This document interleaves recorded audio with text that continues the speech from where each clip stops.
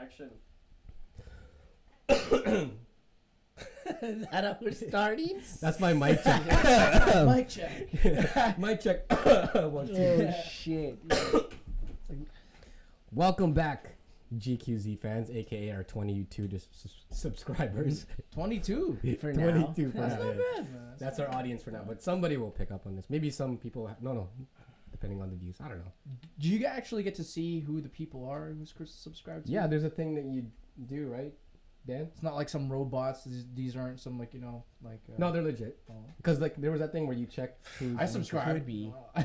That's one person right here for sure. Anyways, sorry for the late episode. We're in March? What's the date today? 6th? March 6th, 2016. Our last episode as a crew was December 15th, December. 16th, something like that. Yeah. And that was broadcasted after the New Year too. So we're kind of just all over the place with our dates here. Inconsistent. It's been Get busy. in there. It's been when busy. when we can get something going, it happens. Yeah, Well, it does. for the secret people who have been following this, our schedule just changed. Some of us aren't available on weekends. Some of us went on vacation. But for the most part, we're back. And we're just trying to get back into the groove. We got lots of stuff to talk about. So, but if we talk about news that's already been run to the ground, I'm sorry, that's just what we want to talk about, and we haven't had a chance to put our output or input in. So, first off, where we left off last time, again, that last episode that I was on, I was saying how Star Wars was going to make $240 million opening weekend, and I got that. So I'm very proud. But I have no evidence because we didn't post the video in time, so that could have been a made-up number. But I know legit, I predicted it right. That being said, I said that Deadpool was going to suck. How much would you say? I remember it was like something really low, right? Around like 30, 40 mil for opening weekend for Deadpool. And I knew people were going to like it. Yeah. I thought I was going to hate it. And I actually ended up really liking it. You're literally talking like this. Is that how you want it to be seen? Like this. Hey everybody, I'm talking to you. How's it going? Different angle, it'll be weird, but I don't want to start over. Yeah. Anyways, just keep it. The last thing before Danny blew up about the camera angle was, you were saying. No, okay. No, I thought Deadpool was gonna suck. Yeah. And I was wrong, so I apologize to nobody. I don't really care. 22. I apologize. I guess I apologize to Ryan Reynolds, but Well, you still don't like him anyway, so fucking. no, I still don't like him. Yeah. But he was good in it. Yeah. So, and I'm glad that it made the money that it did. I'm glad that it's accomplishing what it's accomplishing in terms of records and its overall approval from the fans. So, and I hope to see another one. But we'll get into. They greenlit the second one. Oh, yeah, the for first sure. one even came out. So Yeah.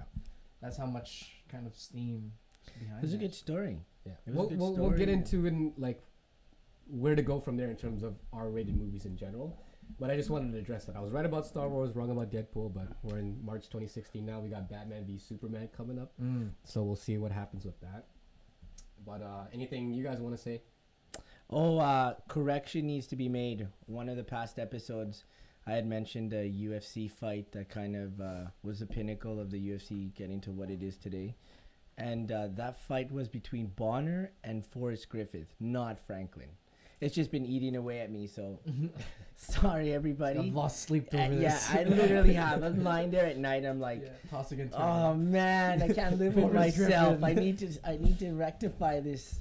Yeah, man. Well, every time we make mistakes on our show, we should just take the video down, re-edit it, and post it, and have post audio edits and shit. I'm losing my coffee here. I saw that. You watch that happen.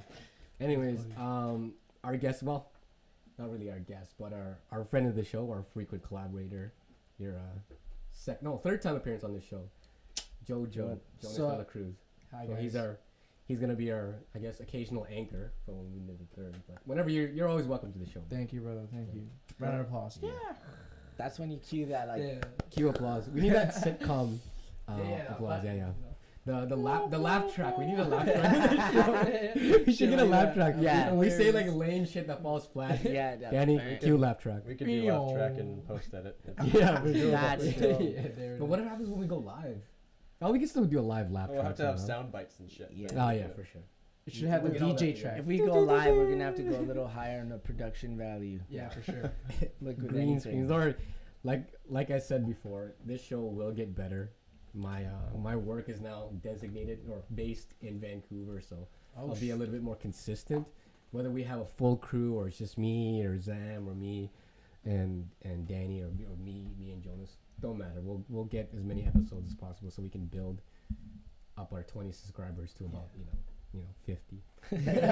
25. 25. But yeah, what did you guys do last night? Last night, I had the pleasure of watching the UFC. Oh, Fight that's night. right. I was there with you guys. Yeah, literally right there. What a with us. coincidence. The UFC. Let's talk about that. It was a really good card, Later. man. It was a really, really good card. It was very hyped up. All the underdogs kind of Look at us, just like we're Yeah. talking to each other. all the underdogs kind of, they won, man. These guys definitely won. And I don't Misha think Tate Misha Tate, man. took Good out for her. took out Holly Holmes. Dude, and you know what? It was a long time coming for her. There's a couple of times now she got her ass kicked in big fights, and she just choked. And so Yeah. today or last night was probably like the best, the best of what she could offer, and she just put it on, man. Good for her. And she barely. I mean, if she hadn't done the moves that she did at that time, she would have lost. Yeah. She had 2 minutes to get it done, and she did it. She did it, man. Yeah. Good for her. When Holmes came back from that second round, yeah. when she didn't get taken down and Yeah, submit or yeah, whatever, I thought that was like she was gonna get a second chance Yeah, to yeah, actually yeah. take the fight. Yeah. But once it came down in that final round, I was just like, yeah, you're done. Yeah. Yeah. No, it was Good shit. on her though. But Yeah. Holly Holmes fought a different fight. She didn't seem like she had that intensity that she showed up to fight Ronda Rousey with. Exactly. Yeah. She wasn't as hungry, and I guess that can be attributed to like once you have the belt, it's totally different than when you're trying to attain that goal of winning that belt, right? You have something to look forward to, and you've trained so many years and done so much in that mindset to achieve that goal that you'd have to do the same to remain champion Yeah. Consistency. in a short amount of time, right? It's totally different. Like once you like put 7 years into like getting a title shot and you take that belt, right? It's everything you've ever worked for. But defending that belt, you have to maintain that level of excellence, man. Yeah, and what wasn't excellent was her fucking lack of an excuse for jiu-jitsu, man. It was horrible. It was horrible. And she needs to know what she needs to do in order to become a better fighter, and hopefully she just adjusts and bounces back. But yeah, Misha Tate though, and the thing is too, it could be also fighting styles. Maybe Yeah. counter puncher versus wrestler, which was perfect because if you're a counter puncher, you want people bum rushing you all the time because that's how you catch them, right? Yeah. Misha Tate didn't do bum rushes. It wasn't Ronda Rousey, right? She was prepared for Ronda Rousey where a person keeps on attacking forward. But what do you do against a person who takes their Yeah. time, takes shots, Yeah, fakes in Holly with... Holmes is all about the counter. Yep, all the counter. Yeah. And that's what, Joe Rogan was saying. It's like, that makes sense, man. So you have to be adaptable in order to become a really awesome fighter in that sport, you need to Several adapt to multiple fighters, multiple styles. You got to be comfortable anywhere this fight takes place. Ground, standing up, clinch. There's just so many things about the fight game that can go wrong. Hence why you don't talk shit. But That's the thing, right? That's And the thing, There's though. the level of measure, right? yeah, that's You how. can either be really skilled and like do all the homework and study, but at the same time you can't be like talking shit in loudmouth because then you're gonna have to back that stuff up. Like In yesterday. some situations. Fucking Conor McGregor. But you know what? Conor McGregor and Nate Diaz. These guys both talk. They're the talking. biggest shit talkers, man. Yeah. You know what I mean? One guy is like this eloquent Irish kid, Yes. from Dublin, Rolling in versus Rolls Royces, Lambos, versus Stockton, California. I don't know if y'all know, but Ghetto Stockton, kid, man. California is one of the worst cities in America. A lot Ghetto of kid. very industrial wine country, but like poverty, heavy poverty, a lot of that. So these guys grew up from the hood, and what I admire is they're still there, man. They still train in shit places on earth, and you're professional fighters. That's really a true testament, though, to who the Diaz's are, though.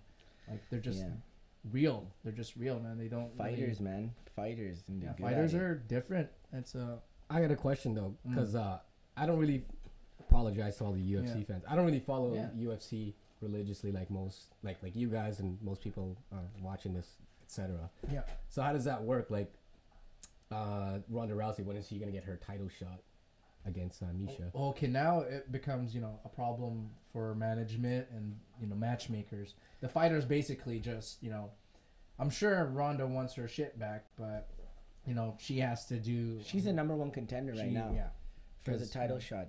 But there was a fight before that, which pushed one of the girls that won the fight there to number 3 spot. So I could probably. No, I can't see that happening. I'd say next Ronda in Rousey, line has got to be Ronda. Yeah, it's got to. Unless she gets injured, is Carano officially retired? Who? Gina Carano is actually maybe making a comeback this year, hopefully. Yeah. But because apparently Dana White's complaining about dealing with her Hollywood shit is just too much to deal with right now.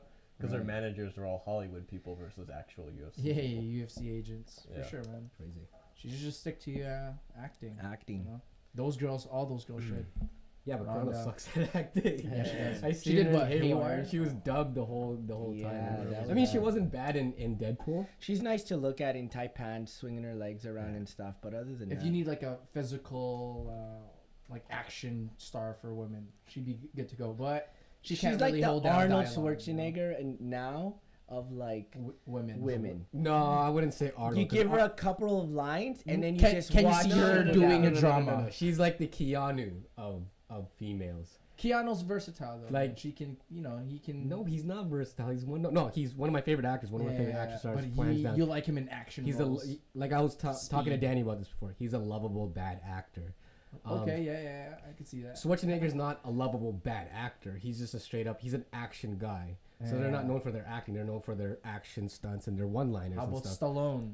Do you consider him an action guy or well, he has directorial talent and script writing talent. Yeah. So he's an overall. I mean, like if you watch him in a Demolition Man, I mean, that's not an Oscar bait movie. But it's still believable acting. Like you believe him as this guy who's frozen out of his time. You still get into the movie. But Arnie in his accent all the time, like you're watching Arnold Schwarzenegger, no matter what role he's in. Like that's Arnie.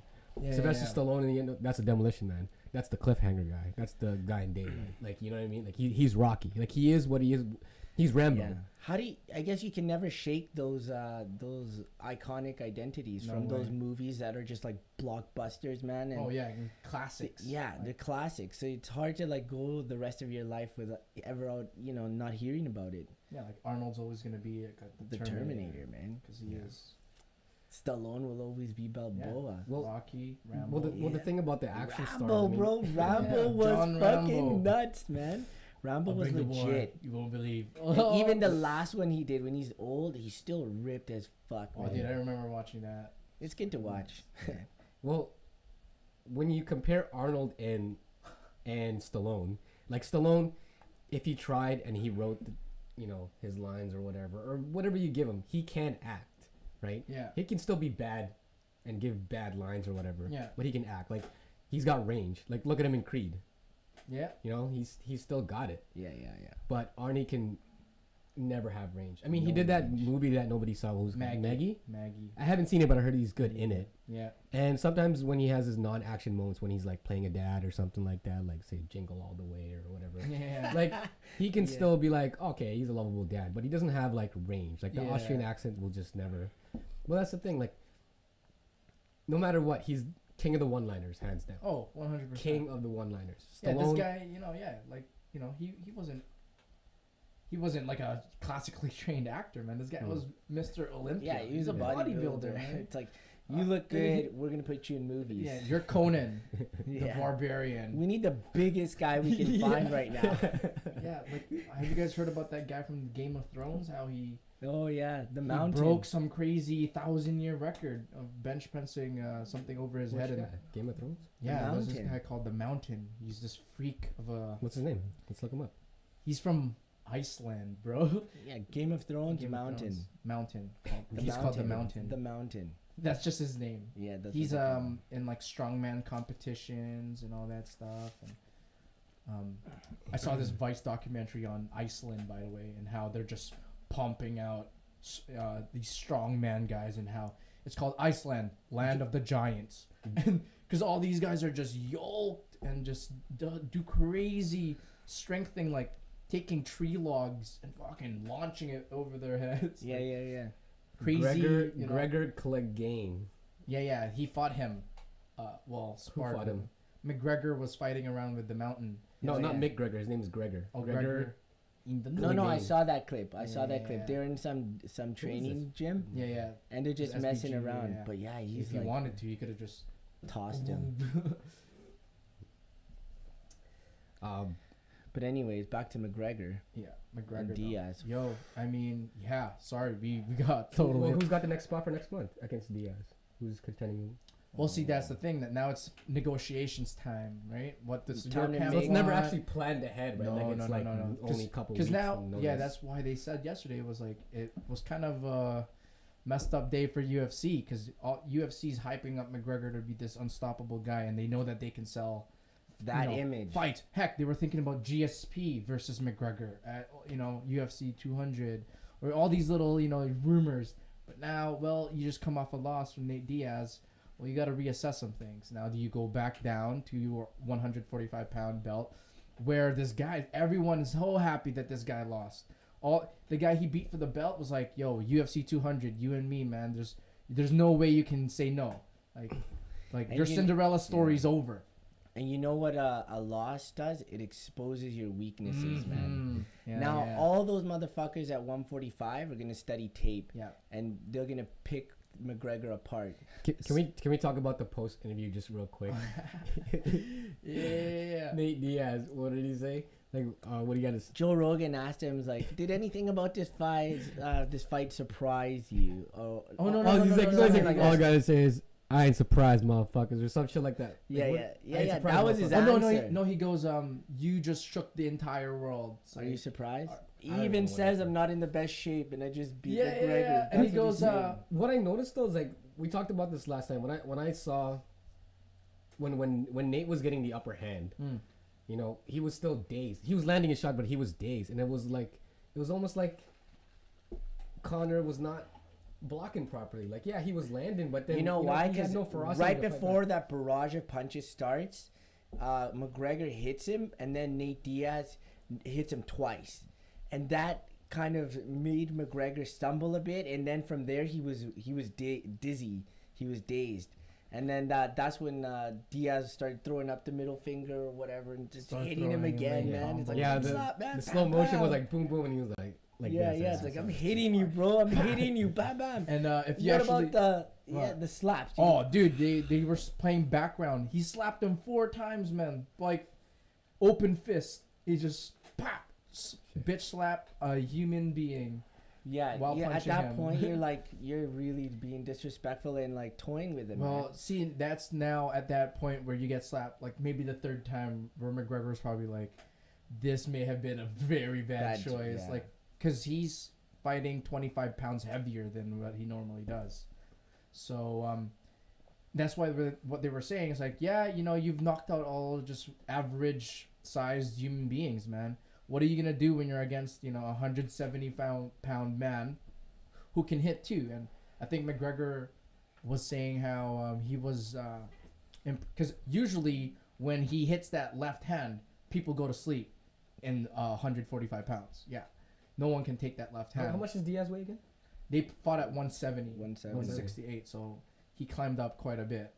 McGregor and, was a 145, man. 145. Last night he was still at it. Well, 168. So 168. They're I'm different sure, weight class. you know, Diaz different- is No, I know they trained. I'm saying like, what was the weight class last night between the? Yeah, 170. 170. Okay. None of them reached it. Yeah, they weighed at 168 or something. Yeah, man. But yeah, man, you can't be fighting people like that. And he goes, it takes more to drop a bigger guy. And he goes, now I know.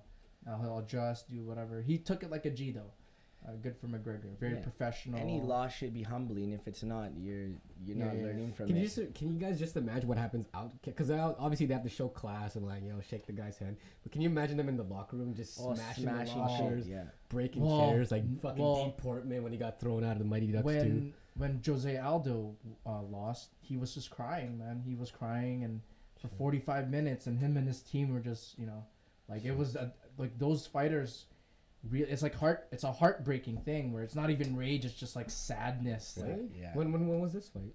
The last McGregor when McGregor knocked him out. All this hype. Because I was just thinking last night when I was watching like the Holly Holmes Misha fight, right? And then, like when Holly was crying, I'm like, man, that's the difference between guys and girls. Not to be sexist, like the girls are crying. And the guys just take it, but the girls like definitely cry. Oh no, man! Like I think the guys will take it at that moment, but I'm sure there's at some point they're sitting either in a bathtub or in a corner on their bed in the fetal position, fucking snuggling like a pillow, just fucking crying right into it. It's mixed though. It's like a yell and then a fucking anger. Cry. And they're listening to Cry Me a River by punch a hole in they're the listening. Cry. They're listening to Cry Me a River by Justin Timberlake. Just bumping on that shit. Yeah. Yeah, man, just imagine all the work that's put in, right? Like that's their job. They don't go to the office. They don't do shit for 8 hours a day. They go to the gym and like train. They abuse their bodies, man. They take it to the next level, and you can't get there without extreme amounts of hard work, man. Hard work. No, that's 100% understand. And that's the thing. If you don't treat it that way, you're going to go in there and they're going to beat your ass, right? But Nate Diaz, though, props to that guy, man. For real. Took a fight super short notice, 10 2 days. and a half. Oh, 10, not even 11 weeks. days. He goes, when they called me, I was in a yacht in Cabo. He was in Mexico. Yeah. Just you want a title shot? Yeah. It's like, hey, you want to fight McGregor? And you're in a yacht. He goes. You know what? He's like this is like totally was like, hold on, and then he told the girl on his left, and the girl on his right to like fuck off for a bit because they got a business call. Pushed the drugs off the table, put his feet on there, took a fucking swig out of a fucking bottle of rum or something, and then it's like, yeah, I'll fight that motherfucker. And then he fucking hang up, man. No, he was like this. He's like, oh shit, fuck. Yeah, let's do it. Fucking 10 days short notice, fighting McGregor, and it's like the 2016 Rocky story, like hey, you get a title shot. Nate Diaz, man. Putting it on for 209. Well, I mean, let's hope he stays. I mean, I don't really, to be honest with you, I'm not attached to any of these athletes or whatever. But I mean, I'm the type of guy always roots for the underdog. Clearly, he was the underdog. It's just more exciting that way. Yeah, always. Everybody loves a classic underdog story. Yeah. So I hope Diaz stays humble and stays hungry. No, he won't stay humble, but he definitely he's gonna party now. He's like, I just got paid. Yeah. It's time to spend. You think Cabo's going, man? You think Cabo's He's going. Yeah, he's probably one of those guys that grew up like not like how often is this moment gonna last? Whatever. If I could spend it all. Exactly. I'm in the same shitty scenario that I was in last week, so I might as well just it's like I survived what I wasn't supposed to, and now I'm here. And I've whooped someone's ass. Ridiculous. That's enough for me. And if I go broke in 2 months, fine. Fuck it. But I'm gonna make sure I live it the fuck up before that happens. Pass that blood. Yeah. No, good fight last night. Good fight. It was good. I'm glad you got to. I know you don't watch UFC, but every time I go out of, it's every month, so it's 12 fights a year on average. Sometimes they do an extra one or whatever, but I'll probably watch a fight 4 out of those 12 months, maybe 5 or 6. And I usually end up watching the ones that do count. Title changes and shit. Title changes. I was working up north when what's the Brazilian guy's name? Which one? There's so many. The one the cocky one that lost. Anderson Silva. Silva, yeah. The Silva fight, 2013. I was there. We were watching it at the camps, and he was clowning the guy, and it was all like, what? And then he got taken down. Yeah, I was there for that fight, so it was one of those. And like the whole crowd erupted. The people that were watching the camps just erupted. Yeah. So every time, I don't know if it was just a coincidence, but every time I do attend, it's always a title change. Speaking of Anderson Silva, he just had a fight. What was it? 2 weeks ago. Yeah. And he lost. He did. But it went to decision, and there was a lot of people, including Dana White, that were like, yo, these judges were watching some other fight, man. Because they think he should have won. That's how I feel about Pacquiao. He did knock him out in the second round, though. Second round? Yeah, well, dude, second round, okay, imagine your last 10 seconds, your mouthpiece goes flying off. You're the opponent. So at this point, he's looking at the referee. This is the guy fighting Anderson Silva, by the way, Bisbee. He's like, yo, man, I don't have my mouth guard. You got to stop it so I can put it back on. So he turns. As soon as he looks back at Anderson Silva, flying knee to the face. Just BAM! Shit. Knocked out. So he's basically now collapsed onto the Cage. Yeah. And just then, honk, the horn honks. The And, bell goes. The bell goes. The horn. Yeah, the bell dings. Saved End of by the the round. Literally saved by the bell. But he's knocked out. At this point, the referee now has a choice. Well, you know, it's the end of the round. This guy's... I don't know if he was saying He's like... half dead. He might come back. For sure. He's definitely in wobbly feet. But...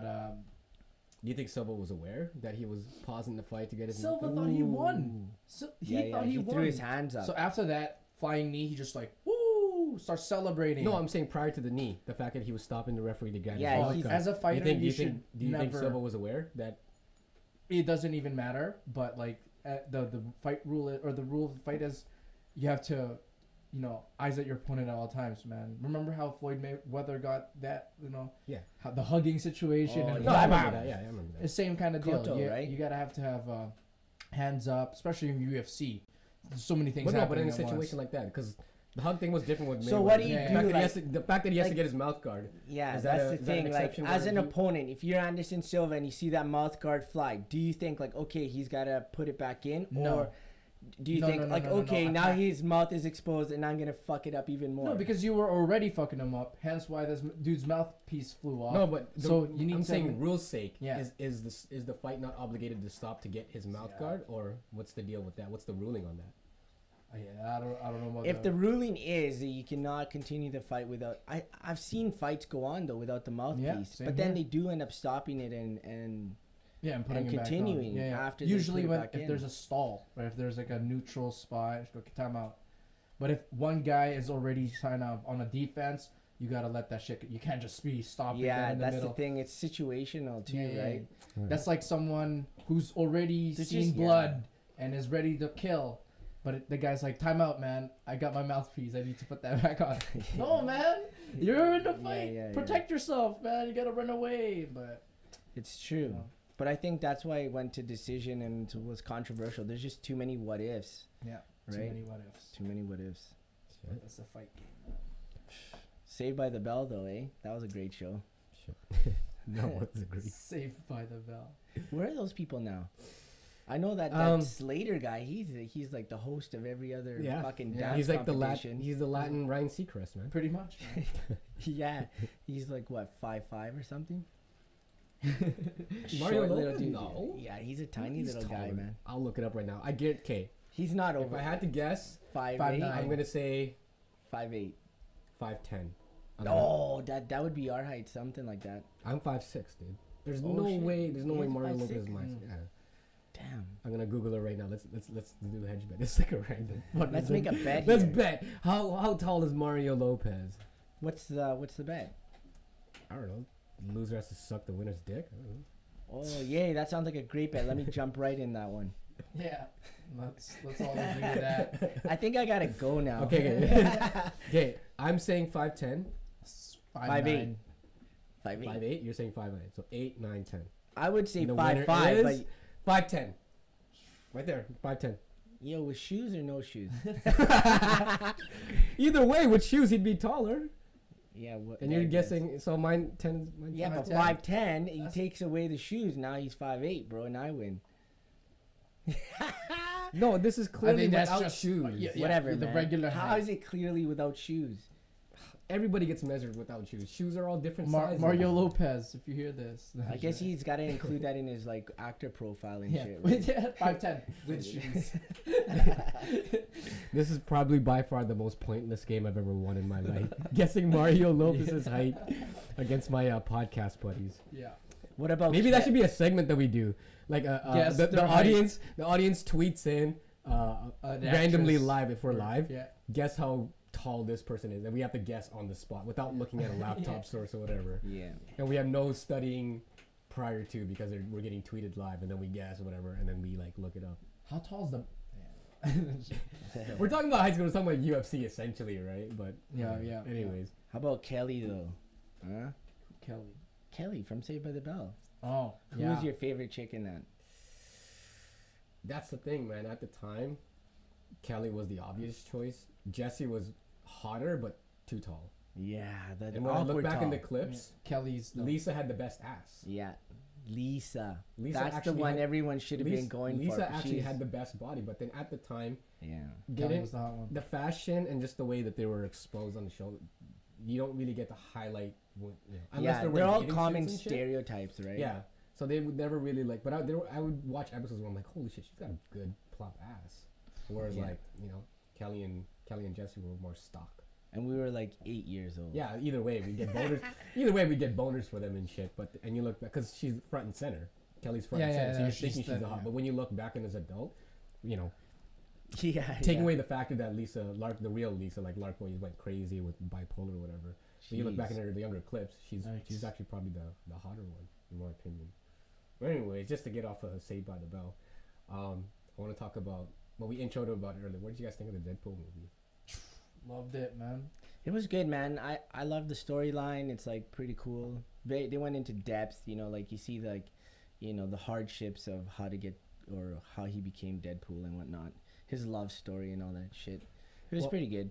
The one thing that I just couldn't get past is the action scenes here in Van City, man. Yeah, it was That fucked it up for me, man. No, I because love it's that. like- I love that, dude. man. I love to love see it. like every time we see our city, like, dude, if they're shooting east, man, It anywhere, just man. took that that factor away from me, He's like, man. I know I've driven this. Yeah, I've every been over day. this fucking thing. This is how I get to work This and isn't shit. new to me. Yeah, this is I a wanted to traffic be jam. blown away. I'd be so pissed. Yeah, it's like I know that intersection is And you can absolute see- shit. You can see Science World and Yeah, shit yeah. like It's that. like, You no see matter everything. how many explosions and flying fucking cars you can do, that intersection will always be shit. I love that though. I love seeing Vancouver, like, it's especially if you're from it. Like, it's just so For I'm me, sure it was people- opposite. yeah. But I mean, overall, it was a dope movie. It was very dope. Yeah, That- man. That's like the least good. of my worries, like location wise and everything. No, the thing about these movies that have generic story plots, like you look at Deadpool, you look at the first Raid, Redemption, I believe it was, and then you look at what's another generic plot? John Wick, right? Basic story, revenge tale. We got to get out of this room. Yeah. And the thing is, fans like to say, oh, it's good because it's so true to the source material. When you really think about it, it's not true to the source material. That's not what actually happened in his origin. That's not 100% accurate. What the overall, in my opinion, is they told a good story, and even a generic one, they executed it properly in terms of pacing, tone, script, writing, direction, everything. That's what people got to understand. So, Hollywood sometimes doesn't know how to articulate a proper like sometimes they have to have an over convoluted plot, or they think that simple story works. It's like, no, simple stories can also fall flat because people will pick that shit apart and say, dude, it was so basic, he just had to do this and do that. It's everything around that you build around is what makes a good movie, whether it's an action movie or a drama thriller. Yeah. And Deadpool was able to hit so many different avenues in terms of, okay, he's breaking the fourth wall. You got the comedy aspect, you got the sexuality, you got the violence, you got gory violence, and Comedy. raunchy comedy and raunchy sex, and you have this, meta humor, self-referential, like, we have to take you to see Professor. Which one, McAvoy or Stewart? These timelines are confusing and shit. It's those are the type of things that does make Deadpool. It's that goofy, self-aware comic translated on screen. So people saying that it's true to the character or whatever. A lot of the times, I'll get pissed off at a Marvel movie, not because it's not true to the source material, because they tend to alternate the stories all the time Yeah. for movie's sake or whatever. It's just they're not telling it right. They're not telling it in a good way.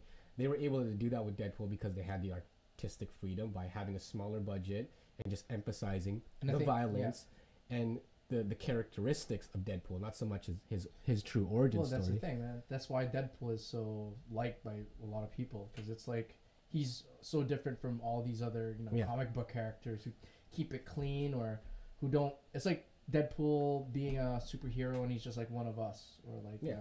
he says real shit. He's like you said, self-aware, the comedy.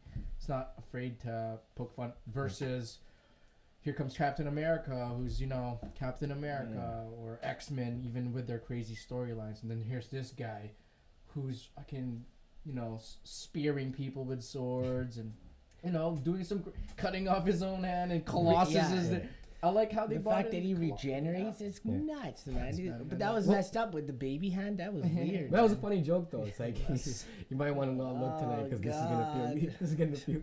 this is gonna make my dick feel bigger. You said something That's like that. Right? horrible. Batman v Superman's coming up next. I'm gonna say right now, 200 million opening weekend. Opening weekend. Opening weekend. 200 million opening weekend. Man, that's tough. Because Star Wars did 240, but Star Wars is an event. Pre-ticket sales, and it comes out once a generation for its trilogy release, and it's the first one. Yeah, 200. Since- 200 is a very safe number. Jurassic World, they hadn't. The last one they did was 3 in 2001, so that was also an event thing. Even though it sucked, I haven't even seen it, but I heard it sucked. Yeah. It still did numbers because again that brand name, everyone Jurassic thinking, oh, we're gonna get the magic of Jurassic Park, but it was still climbing that mountain of success or whatever, and that it beat, because Avengers was 200 million, and it beat Avengers, the first Avengers. What, Jurassic Park? Jurassic Or World? Jurassic World Oh. with 210. So Batman v Superman, I'm gonna say at least 200. I don't think it'll get 240. If Avengers did 200, I can see Batman versus Superman. Yeah, so I'm calling it right now. Let's do like actual, like I'll say 205 million. 209. 209. I feel like we're in the prices. Right? Price is right. The price is right. 203. 203. Okay, hold on. 203. Let's write this down. And the Yeah. actual prize is 209. I'm saying. Did it? Oh, dude, I used to 205. watch Price is Right. Price is right is legit. Have you seen Yeah. Drew Carey now? Would you Yeah, say is he- 203? 203. Yeah. Danny, what are you gonna get in on this? Batman v Um, Superman. I'll say let's go 215.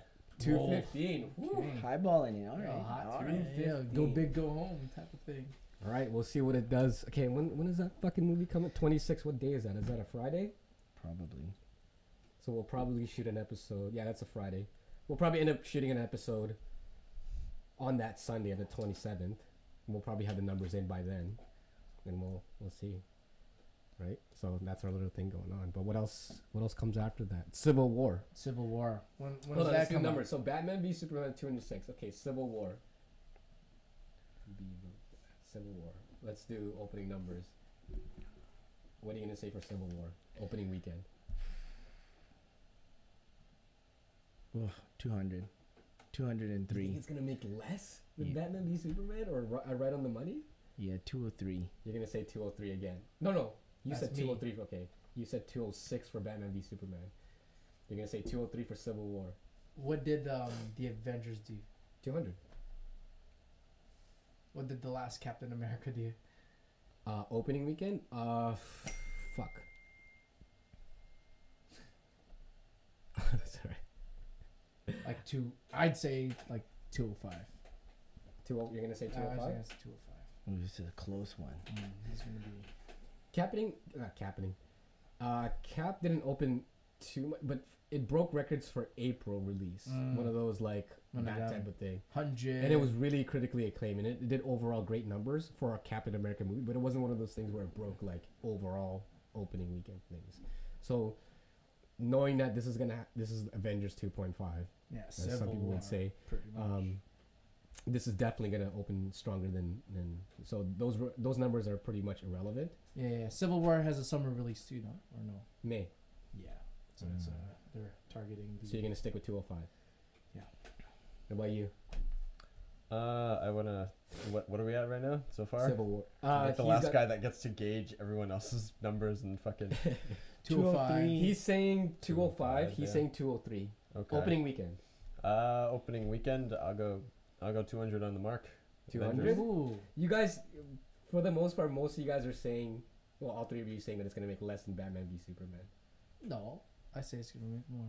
Yeah, I just There's I 5. think the Batman v Superman has got the like new matchup kind of thing, you know. We've seen Iron Man, we've seen Captain America in like movies, and it's like you said, it's Avengers 2.5. So how much more could you expect? Spider-Man being in the MCU is a huge fucking deal. Yeah, it is. Because it's the first time Spider-Man is being... Okay, Appeared, yeah. this is the first time Batman v Superman are sharing the big screen. Yeah, This is the first time Spider-Man is being shared in the Marvel Cinematic Universe, Which is which has also been nice. established to have way better stories than any other Marvel movie that came out Yeah. and DC put together. Thank fucking goodness, it's about time. So I'm going to say that Civil War will make 219 opening weekend. Jeez. 219. 219. Man, that's big hopes. I'm saying 219 off the bat. So All those right. are numbers. But the overall point I wanted to make, like, talk not just comic book movies. I think every movie, low budget or not, has a shot to be successful. Mm-hmm. Not everything can be a $1 billion movie or $1 billion franchise. As long as you have a great writing team and that's always gonna be successful. You can't go into this business thinking that every movie you pump out is gonna break box office records and stuff. You just gotta stay true to your artistic. Studios need to give more trust in writers and directors, for sure. because the shitty writers seem to be getting the breaks as opposed to the ones that actually have well thought out stories. Yeah. Because the same writing team that got to write Transformers, I mean, they kept being successful, and they didn't change a damn thing because it broke box office. Because like I said, the fans kept getting tricked Yeah. thinking that they were going to be good, so they didn't feel like, hey, if it ain't broke, don't fix it. Whereas Marvel, they take chances and switch their directors. Like Captain America 1 and 2 aren't the same directors. Yeah.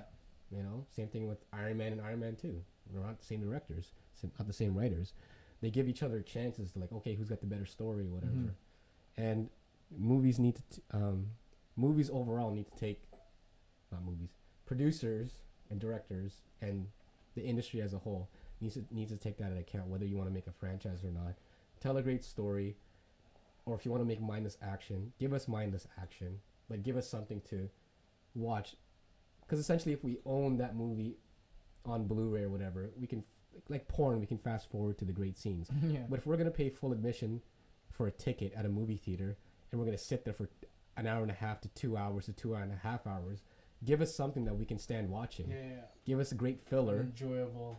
right? John Wick, which I want to get into next. Love John. Generic story, just like Deadpool, like I mentioned before. You know, revenge tale, wife's dies, and Yeah. buddy kills his the dog. You know, such a generic plot, but the action's so great, So and the story's so Makes the simple that movie- you're able to follow it, right? Yeah, Like yeah. you just know that this is what he's gonna do next, right? Yeah. I don't need a complicated story of like, oh, I gotta find these glasses that have hidden codes and, you know, bullshit like that.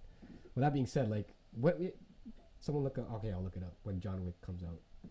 Talk about that clip you. Oh yeah, John Wick 2. There was a video surfacing of Keanu doing gun training and like with live ammunition, and he's in this sort of gun range with, you know, cardboard stuff and metal things, and so he's in there. He has like an M16, a side piece, and a shotgun on the table. And first it's a side piece, or you know, AR-15. It's just bah, bah, bah, bah, bah, bah, bah, bah, bah, bah, bah, like, and duck and cover. Everything's hitting. Like, you can hear the ping, ping, ping hitting all the metallic plates, and he's kind of precise with the guns, man. He's quite capable with a gun. Even with a shotgun, he was doing fucking. It's an automatic shotgun, so he's pumped, boom, boom, boom, boom, and just you can see all these pellets hitting all these cardboard cutouts, and it looked pretty crazy. Because I know what you were saying now. How we were saying how, like, actors are kind of versatile, man. Like, you teach them something, and if it's part of the character, they'll do it. Like, Yeah. That guy, like Benicio del Toro and Tommy Lee Jones learned how to fucking fight with knives, man. And I bet if you give them a knife, they can probably Remember that still stuff, recall right? the stuff. He's like, okay, if Hell yeah. Yeah, it's training, right? They Or- put so much money into those productions, and they trained the actors to do those things, right? It's all Yeah. about trying to have like sequences that are very true to actual real life. When- right? when the better Keanu- it is, yeah. the better your movie will be. When Keanu learned, And when you're doing, Yeah. like that constant theme of movie action, when Oh. you're shooting guns all the time, like you're gonna get good at it, Yeah. right? It makes sense. like, hence why he knows, you know, martial arts as well. Because I mean, this guy's the Neo from the Matrix. Yeah.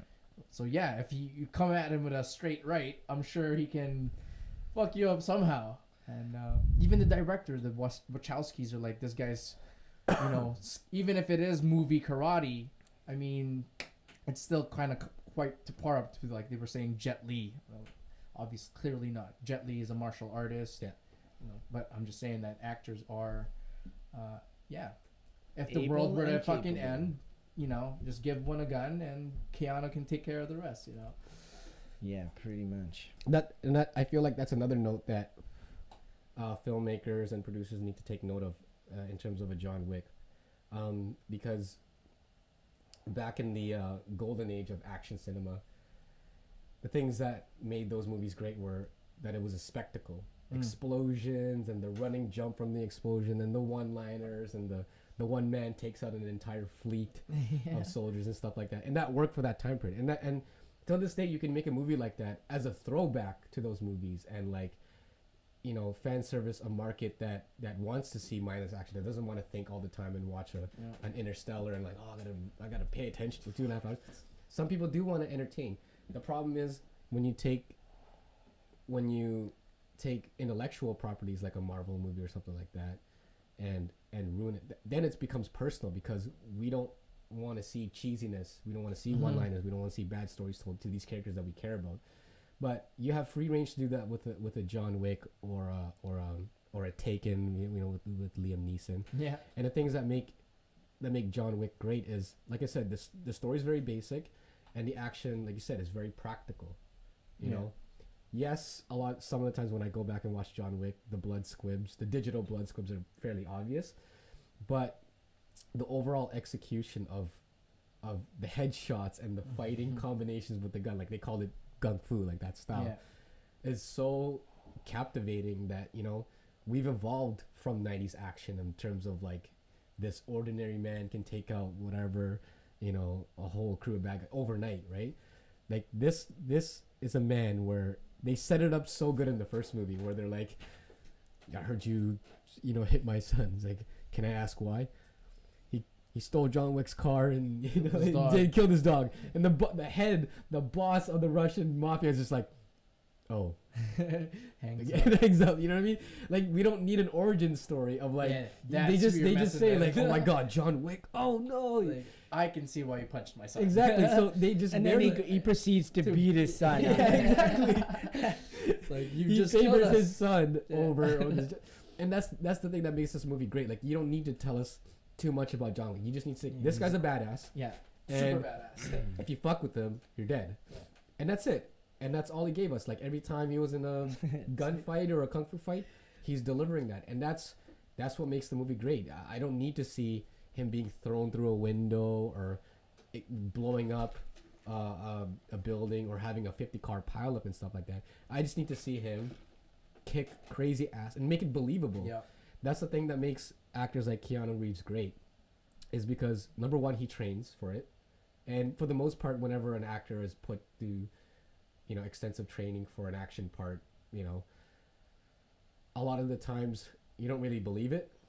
Like, if somebody's kicking somebody's ass, it's like, whatever, it's because it's in the script. But when you see Keanu kicking ass, it's like, you feel as if like he can do that in real life. You know, it shows because they put more time in it. Whereas like, when you watch Cameron Diaz in Charlie's Angels 2 doing all these flips and wire work, and like she can't do that. Same thing with Uma Thurman, Kill Bill, slicing up, you know, the Yakuza. Like, she can't do that. No. Carrie Ann Moss beating up fucking agents and all these random people, she can do that because her training shows. The way she kicks, her formation, you can tell, like, you can see as if like, oh my God, she can actually kick ass. Same thing with Angelina Jolie. I'm not really impressed with her all the time, but sometimes it's believable. Just the way the way you hold the gun can make all the difference Yeah. in how you present yourself in your role. Yeah. Right. And that's what guys like Keanu and the movie surrounding him makes it so effective, is because you think that behind the scenes, holy shit, this guy's fucking really taking out Russian mobsters in his spare time, in between acting roles and stuff like that, right? Yeah, I'll be messing people up. Whereas opposed to in real life, he's probably just like walking his actual dog and stuff. You know, and then like when he's got to train for a part, he goes hard for 6 months or a year, and then he does the movie, right? And that shows on film, and that's what you got to do. That you got to make these action stars believable. Yeah, man. You know, 100%. So, yeah, I'm excited for John Wick 2. And like I said to you last night, I want to see more close range pistol gunfights. Like he's going bam, bam, bam, bam, bam, bam, bam. Like, you know, like. I don't think that's who John Wick is, though, man. He's more like, that's like crazy. It's like punching a guy with the gun as you pull the trigger. Yeah. It's like John Wick literally is like a dude with a golden gun. He cannot miss, man. That's the awesome part. He can't miss. He is human. Yeah, it's true. But for the when most you're part, the main antagonist, he'll miss. What they should. Everyone else, otherwise, die. if you take him out in the first 5 minutes, then the movie's over. Right? Because when he's chasing them initially in the first one out of that pool, like the little private pool he had in the club, he kept missing him. But every other bad guy that went in his face is like bam, bam, headshot, accuracy. Well, I like how he actually had his sights on the guy. He looked at him, and then shot the guy beside him. He's like, "I'll save you for last. Exactly. I'll save you for last, but for now, I'll kill this guy right next to me." And you know, one of my favorite scenes too, shots too, is like when he'll run out of ammo. And he changes. He reloads, and even though, like, it's so fast paced that even though it's taking him 3 to 5 seconds, which is still fast. Like you feel the intensity of him unloading, reloading, and then because you're just like bam, bam, bam, bam, click, I'm out, click, bam, right away. You know, like that was such an effective scene that like I need to see more of that, because a lot of the times when other generic action movies, they just have an infinite amount of bullets. You never see them reload. Yeah, it's true. They're just like boom, boom, boom, pistol. Like that pistol holds 50 shots. Holy shit. And in other movies, it's like you know that gun's out of ammo. Yeah, but you just fucking they incorporate the reload. It's details like that. Yeah, Again, that makes a so difference. Yeah. So totally, I think John Wick. They need to have an action category for the Oscars, and I think Keanu needs to win every single time. All the time. Because whatever movie he pumps out. Me and Danny were talking about this earlier when we were having lunch, that Keanu is, and I'm not the only one and first one to say this, what probably the best lovable bad actor out there. You know, because there have been actors that have come before and since that when you watch them on screen, it's like cringeworthy. And Keanu's got that same level of cringeworthy dialogue sometimes, but it's almost, for me personally, like when I see him do, for example, in that scene when he's like, "Yeah, I'm thinking I'm back." Yeah. Like you're just shaking your head, like, "Oh, Keanu, like he's tried so hard." Yeah, but like you give him a pass, right? Whereas if anybody else delivered that line that way, you're just like, "Oh my god." Yeah, you turn Keanu's, it off. Yeah, exactly. Keanu's like, because his. Is he the underdog? His surfer monotone natural voice is so synonymous with his characters and his real life that you can never separate the two. Yeah. Like he was in that Dracula movie and he's doing like a horror, because he's got his natural surfer talk with a British accent. It's like, "I know where the bloody bastard sleeps." Like he sounds like Ted from Bill and Ted. Yeah. You know, like he's always going to be Ted from Bill and Ted in every role that he does. But you don't mind because Keanu's so lovable in real life and in a movie that it never phases him. He plays bonehead. He's supposed to be a computer hack genius, but you never really shows on screen in The Matrix. Mm-hmm. It just shows him kicking ass all the time. But that's all you need, man. Like he's a bonehead, but it's Keanu. Speed. I love that guy. I love Speed. Speed's another good example. One of my favorite movies. Point Break, the pinnacle action, bad one-liners, bad delivery Fast movies. and Furious. You know, sure. I am an FBI agent. Like he's just so lame, but he's so charming in like the most unintentional way that you just like you give him a pass every time, man. And I think he seriously needs to win an Oscar for like just best being actor in best bad actor. You got the Razzies for the bad acting. You got Oscars for the good acting. You need to have a category for Keanu for the best bad actor. The best bad actor award. Yeah. Keanu Reeves. The Academy though with the Oscars. Yeah. There's a But little, I wonder, before we get into the Oscars, I want to read some of these. Like, I don't pay attention to YouTube comments, but some of these things that they had to say, like the clip that you were telling me, and we'll post that clip somewhere in the show of him. Link Anyone that down hasn't seen right Keanu here. in his in his gun training or whatever, it's so good. But some of these guys are like, all I'm saying is, God help anyone who kills his dog. You know, this is the clip that he shows the guys that try to date his daughter. I know how to do this with a firearm. Yeah. Funny stuff. And I was thinking too, like, that should be the tagline for John Wick 2 is God helps anyone who tries to kill his dog or whatever. Yeah. Or I was saying, like, he should have a silhouette for the With movie a dog. poster, him with a leash and like an AR-15. Like, that should be the poster for John Wick 2. John Wick. Yeah. But classic. yeah, that's 2017. We got many more 2016 movies coming up, but we'll save that for another show. But Batman v Superman, we got our numbers down. Who knows how, if we'll do an episode next week or when that movie comes up. But we have the predictions here. But yeah, let's get into the Oscars. That was last week. The Oscars were only last week, hey? Yeah, it was just last week. And time flies. Everybody's covered it like crazy. It but was boring, man. I didn't really get to watch it. It was I boring. I don't watch the Oscars often, but I'm usually aware of who wins. Yeah. Sometimes I watch snippets of it. And this was an exciting time because finally Leo got his Oscar, and we were, like I said, something we've all been waiting for. I think he should have gotten it many, many times. He got the Wolf of Wall Street. Kept getting snubbed.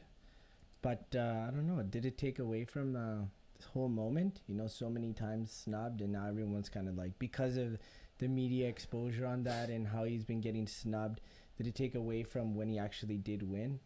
I think to a certain extent it did, because but I now think it was almost expected. Like, he had to win, and if he didn't, like, what would have been the consequences as far as like movies and the Academy and whatnot and the public view of the Academy had he not won, right? I think they felt pressure to finally give him that Oscar, because there's a reason why he never received anything, and it's not because he's a shitty actor, right? There's something else. Well, there's always been speculation that the Academy is holding something against him, like whether it's an Illuminati thing and he's going against their will with his environmental conscience or whatever. I mean, the theories are endless, but I still believe that even if this was a sympathy win, I don't believe that to be the case, because it was still a role that I feel like he deserved because of what the movie went through in terms of shooting location, using natural light, the stressful working environment, the director being a hard ass on set or whatever. And even though it wasn't like in terms of an endearment type of role with tear jerking dialogue, it's still Leo delivering an emotional performance with his everything that he had to go. Like, you believed he was out in the wilderness, because he actually was out in the wilderness. Yeah. But you really felt like this guy was fucking getting hacked by a bear. That was a great scene. This guy was really climbing inside of a fucking dead horse, and he's really crawling to the next location. Like, so you can't take away anything from that. No. So that's true. Props, man. Yeah. Good for you, Leo. But Because I personally wouldn't want to be in freezing cold waters in the middle. I've worked up in Alberta Alberta and shit. wilderness. Oh my god, it's Hell not no. fun. I think Leo grabbed that fucking thing and tossed it in the garbage when he got home. Fuck this. I don't need this shit.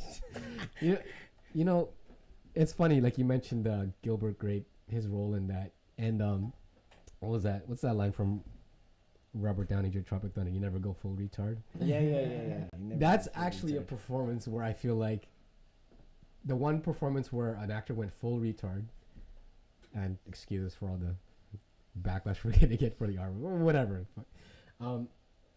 He went full retard, but I feel like he should have gotten did he get nominated? Somebody want to? Okay, I'll look it up. Did he get nominated for that role for a supporting actor? I'll check it out. But anyways, because at the time when I remember I was in high school watching it was one of those things that teacher shows you and whatever. I remember watching his performance in that, and this is way after his break out in Titanic and, you know, films like that. And I remember thinking, fuck, I want to punch this guy. Because he's so aggravating to... Oh my no, god. No, he's so aggravating. No, character-wise. Like, Okay. Not, Okay. no, because you can tell that's how Johnny Depp's character, Gilbert, feels, right? Because, like, I mean, he's the head of the family and Arnie's causing nothing but trouble. But that's a testament to his performance, because that's what the character is supposed to make you feel. Yeah. You know, a lot of the times when an actor goes full retard or half retard, it's usually a sympathy, like, oh, you want to make this, you know, lovable, this character lovable, so that, you know, you're sympathetic for mentally challenged people. Whereas Leo's so affected in this that even though he's a nuisance and going full retard, he's still lovable, and his performance is so great as a character like that, because by the end, when, spoiler alert, when the mother dies and Arnie's like trying to wake her up, then you start going like, oh my god, this guy's not all there, but even he can tell that his mom, who essentially still cares for him and looks after him, has just died. And his performance, like, you know what I mean? And how old he's 19 there. Yeah, super young. So from the get-go, this guy's had acting chops. And whenever it was, when Leo Mania came about in 97 after Titanic, I was one of those guys where I was just like, you know, I was 12, 13. No, that's 97. I was 11 years old. I was one of those guys like, you know, fuck Leonardo DiCaprio. You know, it's the boy band thing. Like, fuck these guys. They're good-looking guys, but you're like, oh, fuck these guys. And then as they get older, like, you know, you see him in Blood Diamond, you see him in The Departed, you're like, this guy's legit. You know what I mean? Like, this guy's dope. Like, even in Catch Me If You Can, 2002. Like, he's so great. He's so suave. He's so charming. Like, every role that he's done, I don't think he's ever given a bad performance. Everything that I've seen him in, I don't think he's ever given a bad performance. It's true. So Can't say that about too many actors nowadays, man. No, he's always clutch, man. yeah. Yep.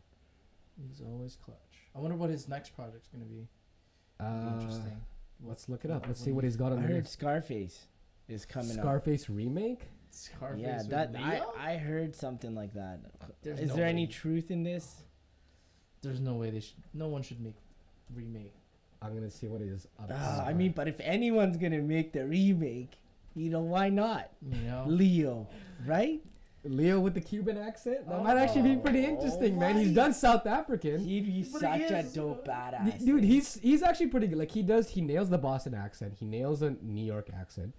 When he was in Blood Diamond, he does, like, I've actually worked for a South African couple before, and I didn't know South Africans had that Australian British sort of act. Like, I don't know, like, South Africa? That's a South African. He's so good in it. Like, sometimes it's a little off, but just his intensity alone, like, you believe that every role that he does, whether it's an accent based role or not, you believe it, because he's always so intense and he's always so subtle when he needs to be, that fuck, he could do a Scarface and I'd be on board. Leo doing a Cuban, like the Cuban Al Pacino, like, we got let's have it. No, the camera can't. I don't want to move the cameras. Scarface poster right there. Leo. Imagine a Leo shot of that poster. That'd be awesome. Okay. That would be. And the thing is, I have, you know, being a movie guy and everything, I haven't even seen Scarface front to back. But I'm just so I know of it so well because it's so inducted in pop culture that I know the town. Anyways, let's look up his upcoming projects. He has nothing coming up. He has nothing in production after The Revenant. There it is, Scarface, Leo, make that shit happen ASAP. Okay, you say Scarface. What do you think he should do? You got to say something non-Scarface. I don't know, man. I have no idea what stories are out there to tell, man. Let's see. One guy on Screen Junkies was saying that, you know, he should do a Donald Trump movie. Imagine him doing Donald Trump. Why? He should. But, like, I mean, how can you make Donald Trump look any stupider? You can't. Yeah. Let's ask our sound engineer. Well, whatever. What do you think Leonardo DiCaprio should do next? Like, what do you think a fitting role would be for Leonardo DiCaprio? Well, we already had Johnny Depp do Donald Trump for that Funny or Die movie. I've never seen that or even heard of it.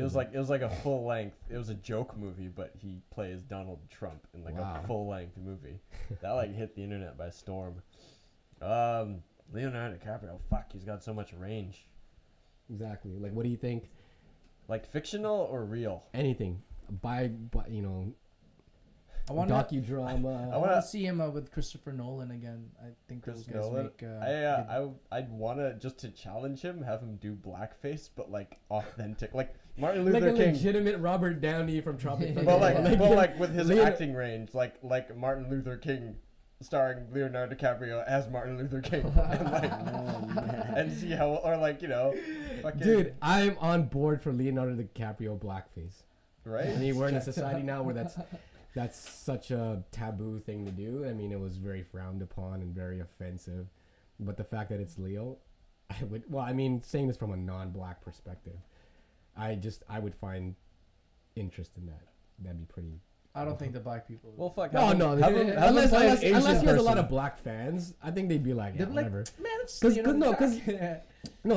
the idea of doing that after having a movie like Tropic Thunder come out, because that was like a lot of people don't understand the joke of Robert Downey's role in Tropic Thunder, him doing blackface.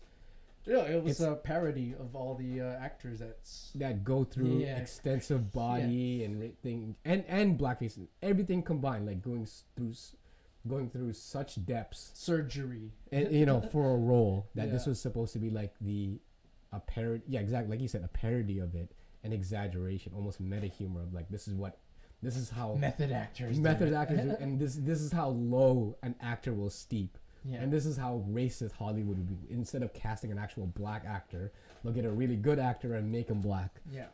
And that was the joke. And Robert Downey doing a Southern black guy was just, it was so fun. That was the only good thing in the movie. Well, that and Tom Cruise. Jack Black is hilarious. No, Jack Black no, was no, funny. no.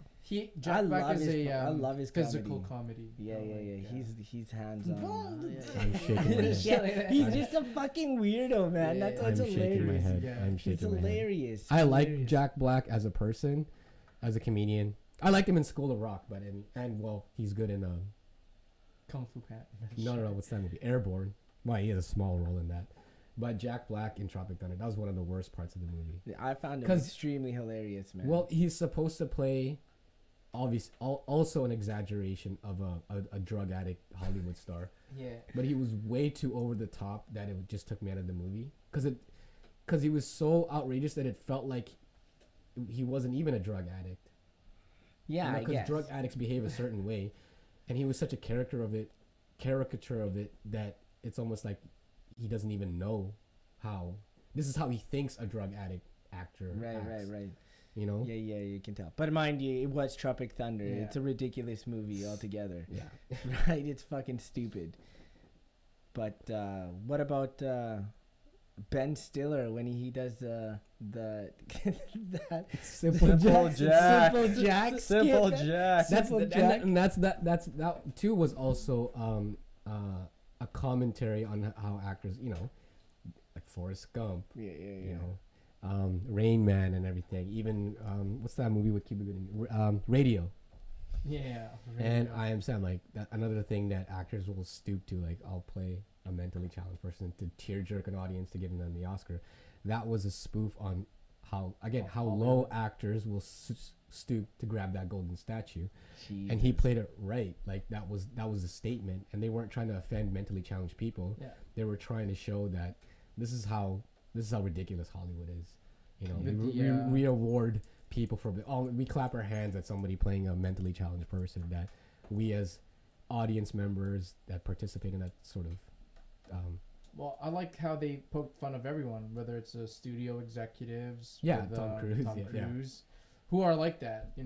Studio executives are fucking rage freaks who are racist. Big dick But G5. yeah, Big dick G5. Take your fist, shove it directly up your ass. take a step back and then fuck your own face. Yes. Yeah. Or he was intense. He was McConaughey's overly devoted agent. So Yeah. they won't I get got your you the TiVo. from the chopper. From now on, no, but Tom Cruise, from now on, my fist is gonna be so far up your shithole that every time you think you have to tiptoe past my wedding ring. Cruise. That was like that, man. what's that? Tom Cruise should do more comedy like Yeah. that. Oh, Why for the sure, fuck man. not, man? But no, that's what Leo should do, like a comedic role where he's like an over exaggerated studio executive. I wonder if he can do comedy though. Has he been in he's- comedies? Well, he's Catch Me If You Can is not really like a comedy-based movie, but it's definitely humor in it. It's a Spielberg film. Yeah, but then the fact that he's charming because he has to like constantly outsmart the people chasing him, and it's done with humor. Yeah. That it's almost like a sub comedy genre. It's charming humor though. He can't he's too serious. You take him too seriously to do. Well, there you go. I say he needs to do like a Seth Rogen, Judd Apatow based like comedy where he's just like Channing Tatum. That'd be hilarious. Like Channing Tatum, you know, he was. And that probably might be the next avenue. You never know. Just switch it up just like that. Okay, so I'm gonna say comedy. You're gonna say Scarface. Actually, no. Okay, no. I want to see him make us fucking like cry in a movie where he's in a coma and doesn't say anything, so he just lays there and it's Leonardo DiCaprio in a coma, and like in a coma with like just like hints of like motion, where you like it's just fucking him laying there and somehow he'll like make you feel something from a person. Actually, I'm gonna change my answer. I want to see him go full retard again in the 21st century. I want to see Leonardo DiCaprio to go full retard. I want him to do Simple Jack. I wonder what the Oscars would think or the Academy would think of him doing like a blackface. Especially now with all this like black controversy with the last Oscars. And then he gets nominated and then there's no other black actors. Oh my god. That would be such a headline, man. Yeah, I don't see it not happening. Yeah, that's something. That's a good point. That's something I want to get into, like in terms of the Oscars about its racism and sexism. But before we get into that, that's a good point. That'd be awesome for Leo to do a role where he's total blackface. Yeah. And again, 2017, no black actors and actresses nominated, but Leo gets nominated for his black. Fucking awesome. No offense to black people, but just to really highlight the racial stereotypes of the Academy. Because look, there was a big hoopla and big protest and everything. A lot of boycotting. A lot of boycotting from people who weren't even invited. Like like Chris Rock pointed out, like Jada Pinkett does television, you're not even invited. You're not even invited. But yeah, that would be just a hilarious concept. Like not to offend anybody, but just to really stick it to Hollywood, because that's like Leo. If he does it with the intention of like not trying to win that Oscar, but just to show, I'm giving a good performance, I'll get nominated for it, and Chris Rock and people are right that Hollywood is racist because here I am getting nominated for my offensive role and I'm white. Meanwhile, other black actors who are more deserving than me aren't getting nominated because he's the type of guy that should stick it to Hollywood. Yeah, he could. And he is subtly. 100%. But, I mean, there's got to be a reason why he hasn't gone all out, you know? His thank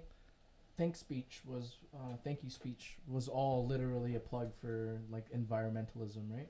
I don't even think more or less. Did he? Yeah. He spoke about climate change and how it's a real thing and it's occurring and how the world needs to work collectively to stop this stuff from happening.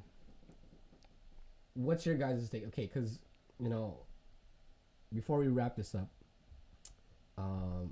the issue on the Oscars being racist and sexist is, I mean, it's definitely a gray area, but it's not something that's a secret or anything like that. Now, but it always pertains to like white and black, but as opposed to us other colored individuals, brown, Filipino, Asian, whatever. What's your stance on it? Like I feel like Chris Rock touched on it perfectly, where it's racism, but it's not like hanging people from trees racism. Yeah. And specifically this Oscars was like nothing.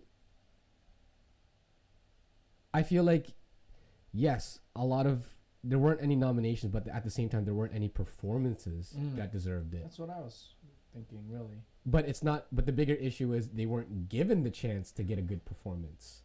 So on top of them not being nominated, it's because they weren't even given a chance to have a good role to begin with. That's what they were saying, that the African American and the African actors in Hollywood just want the same opportunities that the Caucasian actors are getting. Yeah. Right? That's all they're asking for in hindsight of everything. And that's exactly my point. And you said it just best because I feel like that's an issue all on its own. The fact that they weren't given the shot, but you can't say. That being said, if they weren't given those roles, and there isn't a performance, you can't just give a sympathy nomination because we need to have diversity, right? So they just need to be given the opportunity to begin with. So if there weren't any genuine performances, I didn't see anything this year that was like, oh, that black actor should be. Other than Creed, I think Michael B. Jordan should have gotten nomination. You know, and at the end of the day, like, you think about the whole picture, and it's like, if they're making like a big deal about the misrepresentation of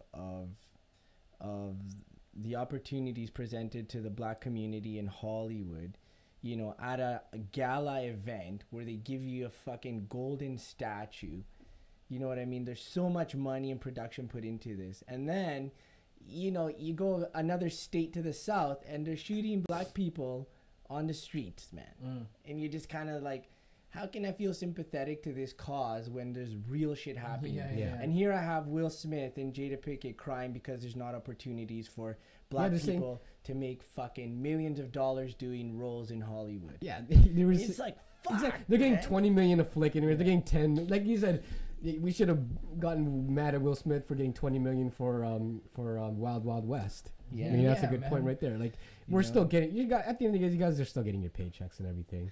But it's still multi-million. Yeah, that Hollywood racism is nothing compared to, real racism. And that's why I commend Leo, man, because Leo's making all this coin, but that fucking 5 minutes of time that, or however much he gets, to take that opportunity where millions are watching, he's not there saying, oh, fuck, thank you for this.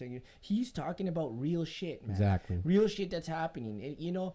If Will Smith cares so much about this kind of thing, do a fucking role, get nominated, win the fucking award, and then take your 5 minutes to spiel on this shit. Yeah. You know what I mean? If that's like how dear you, don't sit in the fucking back seat and be like, okay, well, don't forget about me over here. Yeah. It's like, there's so many different ways of looking at it. And like, yeah, you try and feel sympathy, but at the end of the day, it's like, fuck, man, Africa's starving, bro. There's little children that die every day. And black actors and have like they should, black actors, man, black actors. Need to form together. They probably do behind the scenes, and start supporting each other and start funding their own independent because Fruitvale Station. I mean that didn't make it to the Oscars. It was a more independent film. That was another Michael B. Jordan based on a true story. Awesome performance. Ryan Coogler, same director of Creed. Awesome movie that should have been nominated. But again, it wasn't like a wide release movie. But things like that. But that was black operated. That was what's the name of the mother in Fruitvale Station? Who played her? I forget her name, but Octavia Spencer. There you go. Octavia Spencer, Forrest Whitaker, they helped produce it. And the African American community has endured enough suffering where they tend to rise above that prejudice, whether it be the civil rights movement. Why can't they rise above this and say, okay, you know what, we'll fund our own projects. Yeah. We don't need the Academy. Yeah. And we'll still have distribution rights and everything through the white powers and everything. But start funding, instead of buying $20 million boats and expensive cars, help give young black actors and actresses opportunity. Do it yourselves then. And stick it to Hollywood, and then if you get the distribution rights and the wide release, then you're in the competition. Then you're in the running to get a nomination. Was if you're waiting for the white producers to give you a role for you, it's never gonna happen. Yeah, because if you guys have the money to do it, then do it. Whether it's like a smaller budget, I mean, it's not gonna be like a $50 million. Make it a $20 million. Fruitvale Station was only a couple mil. Yeah. Right. Independent. It just didn't get a wide release, so lobby for it to get a wide release. Then you guys can do it. But then, like I said, if you're gonna wait for the Academy to give you a role and get nominated, it's just, they're not gonna give you the role. So give yourself a role, right? Like I said, that movie was completely black funded. Well, not completely, but majority were black funded. So I think that's the route to go. Like I said, if you guys are able to, if a community is able to rise above other issues like I said, the civil rights or some form of prejudice, why can't an industry like Hollywood, where they have the money and the paychecks to actually do something about it? Whereas like civil rights movement had to do it from like their communities, from the ghetto. Grassroots. Hollywood actresses, and yeah, they don't have the same amount of money as like a Brad Pitt or fucking Chris Evans or But those big collectively, names. they have Exactly. push. Collectively, you guys can fund a movie and like you can put your projects more towards like, you know, independent and actually work out a deal to get a wide release. Then you know, They then just need to get organized, man. exactly just organize and stop, you know, trying to make your son Jaden stop trying to get him roles and you know like, oh my god, you know, my son's box office numbers aren't doing great. Like, you know, screw that. Like, don't just help your family, help the black community as a whole, and then you'll get noticed. Yeah, it's true. So, but yeah, that's. I mean, there's so much more to cover, but I think unfortunately we're running out of time. Well, yeah. we're a little bit Denzel over. Washington, by the way, won an Oscar before. It's not like there hasn't been. Yeah, but he won it for Training Day, and even though that's one of my favorite, most quotable, like, definitely hands down favorite, like, Denzel role. So much that I actually call him Alonzo most of the time. Yeah, Then I actually Alonzo. call him. He won Best Actor over other actors where I feel like, you know, they should have were gotten they? it. Too lazy to look it up. But Denzel. Training Day. he should have gotten it for other roles before. But Oh, I yeah. mean, fuck it, he should get it for Equalizer. You know what I mean? Equalizer's bomb. Like, he's such a badass and like he's such a He lovable works guy. at the Like, tool store. yeah, Home exactly. Depot or Everybody some loves shit. him. He's like, yo, I was a pip, man. I used to dance for the Supremes and stuff, and he's doing his thing. And Fuck, then he's he's so a good. killer Yeah. over a lousy. Over, You're about to die. yeah. This. Yeah, no, I love the Equalizer. Yeah. No, I think change is gonna happen. It's just a matter of time. You know, a lot of, like I said, there hasn't been an Asian guy nominated, an Asian girl, Latin girl, whatever. No. Yeah, So I there's think a lot of growing that needs to be done. there's a lot of growing that still needs to be done, but we'll get there. But we just gotta actually take better action to do it, not just say, not just tug at them and say, give us a nomination. Fucking Yeah. fund it yourself, man. Eventually, these people that are at the head of this, you know, the academy and the studios or whatever, are eventually gonna pass on to the younger generation. That you know, you have to make the change yourself, but can't just cry about it. I'm not gonna give Will Smith a nomination. What was that role that he was in with Margot Robbie that he was saying in? What was that movie that he was in? Ali? No. This past year that he was in. The one where he's a con artist. Yeah, it was with Margot Focus. Robbie. Yeah, Focus. Yeah. Focus, He's saying we there should have we been nominated for that. I haven't seen it, but I'm like, Don't I didn't hear enough good movie reviews to even consider it for a nomination. It's just like a more sophisticated version of Will Smith and Bad Boys. Yeah. Pretty Exactly. much. All right. So who's blessing the kid today? Okay. Sorry. That's it for the show. We'll see you guys. Thanks for watching us. Excuse us if we're a little rusty from the last episode, but we're gonna get better and better. Don't worry, we promise. We're gonna get a screen and Stripper pole. and everything. We'll All get more these guests in. Broken promises. Broken We're promises. gonna No, try no. and deliver. I'm more based in Vancouver now, so we'll I'll definitely try to make things happen. But for now, we gotta say goodbye. We're out of time. But, GQZ. Who's got a Host of point? Vancouver. The Yeah. channel. Check it out. 2, 1, hit it.